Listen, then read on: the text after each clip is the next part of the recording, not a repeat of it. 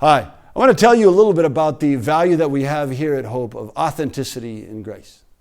When I was a kid, my family, we used to visit a lot of churches, and it was hard because every new church came with a lecture from my mom. It was a short lecture, one word long: behave. It's like I always had to be on my guard to figure out what acceptable behavior was at this church. And while churches can be different in a lot of ways, the one thing they all have in common is that whatever you do, make sure you don't do what comes naturally. And unfortunately, it seems that a lot of people feel the same way. There's this general sense out there that church would reject you if they know who you really are, what you're really like. That there's this pressure to always be pretending to be something or someone that we're not, which is, I think, a reason why a lot of people have just stopped going to church.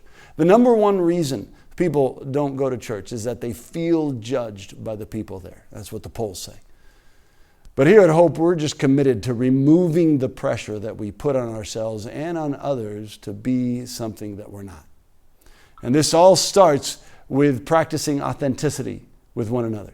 Authenticity, what it is, it's just simply being transparent, being honest with who we really are, where we're trusting one another with our real thoughts, with our real selves, with our real lives, where we are allowing people to see behind the scenes of our lives. And we're learning more and more to stop asking the question, what will they think of me?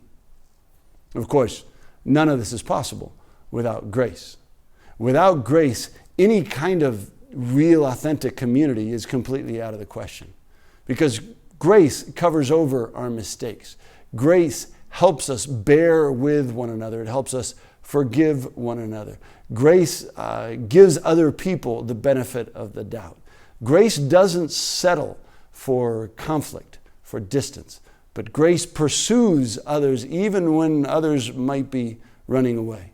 And without grace, of course, there's no hope for authenticity, because authenticity cannot survive in a place of judgment.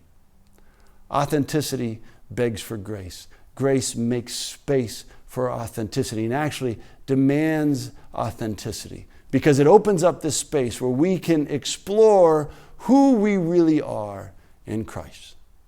So what do you think? What is it about being with other people that makes it hard to be authentic, to be real? Love to hear your thoughts. Leave a comment below and we'll get the conversation started.